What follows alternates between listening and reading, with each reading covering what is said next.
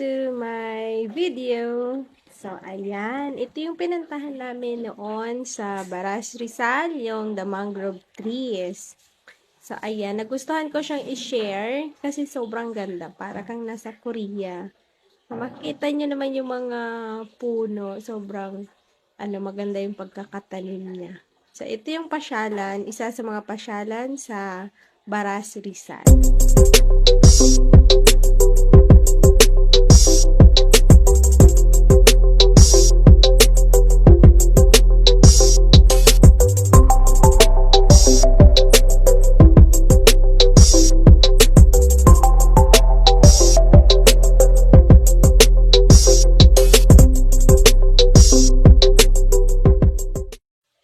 Ito nga pala yung Mangantila, Baras Rizal. So, ayan. Before kami mag-start ng meeting, we have picture-picture muna and lakad-lakad papunta doon sa mga pwedeng picturean.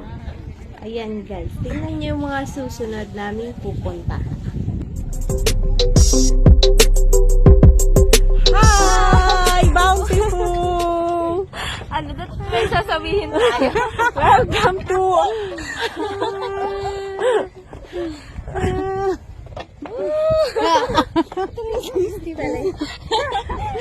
Slow motion na 360. Hindi makaikot eh.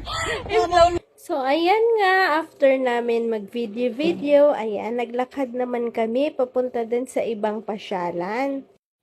At ito na nga guys, meron din silang ganyan, parang anuhan ng ibon. So, ayan, nagpicture ulit kami. Wow! So, ito naman guys, yung parang kubo, pero pyramid siya. So, ayan, diretso na kami naglakad-lakad. Maganda dito guys ang pasyalan. Marami kayong mga pwedeng picturean. Isa na dito yung kubo na nasa ibabaw ng tubig, pero kawayan yung daanan niya. Pero syempre, hindi makakalimutan ulit yung pagpipicture kasi maganda yung place dito sa taas. Lahat siya, makita nyo lahat mga kawayan yung dinadaanan namin. Pero safe naman siya kasi may mga nakaharang naman sa ilalim. So ayan, picture muna ulit kami. Na December. Oo, baka maraming tao. Bago lang siya. Go sister. 1, 2, 3. Wow.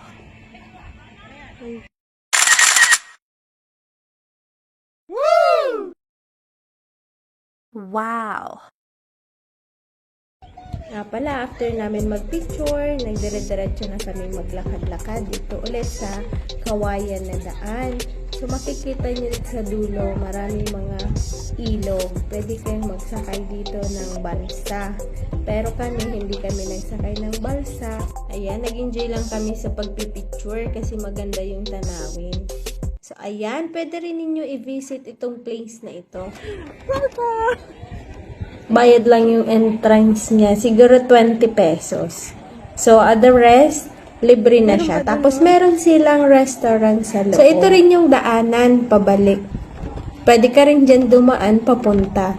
So, kawayan din siya. Tapos, ayan yung ilog. At meron nga din pala ditong pinaikot na kahoy. Pwede rin siyang picturean. So, ayan, nagpicture nga din yung kaibigan ko. So, tingnan natin. Wow! Ang ganda, diba? Tapos nagpicture pa kami sa may tabing dagat. Ito na nga guys, after namin magpicture-picture at nag-enjoy kami sa place. So, ito yung kubo nila na kung saan pwede kang kumain. Pagkatapos mag-order, habang inaantay yung order na pagkain. So, ayan, meron pang lesson muna bago mag-start yung meeting namin. Na nag-help talaga sa Bountiful Children para din sa mga ating visitors. And I know she is sending her love to each one of you. So, ayan, dumating na nga yung pagkain after mag-talk ng aming lead coordinator. So, nagre-ready na kaming kumain. So, ang masarap yung pagkain nila dito. Meron silang buttered shrimp.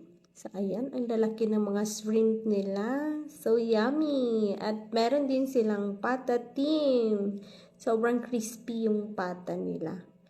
Ang sarap. Malaki din yung mga servings nila. At meron din silang, ayan, sabaw. So, yan talaga yung hinahanap ko pag sabaw. So, ayan, meron din silang mga gulay and ayan, meron silang sili para sa sabaw. And then yung buko nila is fresh. So, ayan, picture-picture muna before kumain. Wow! Eto nga pala, bumalik kami sa mangrove tree kasi hindi kami nakontento kanina sa picture-picture. So, ayan, nilakad namin pabalik. So, nag-picture-picture muna kami bago kami umuwi.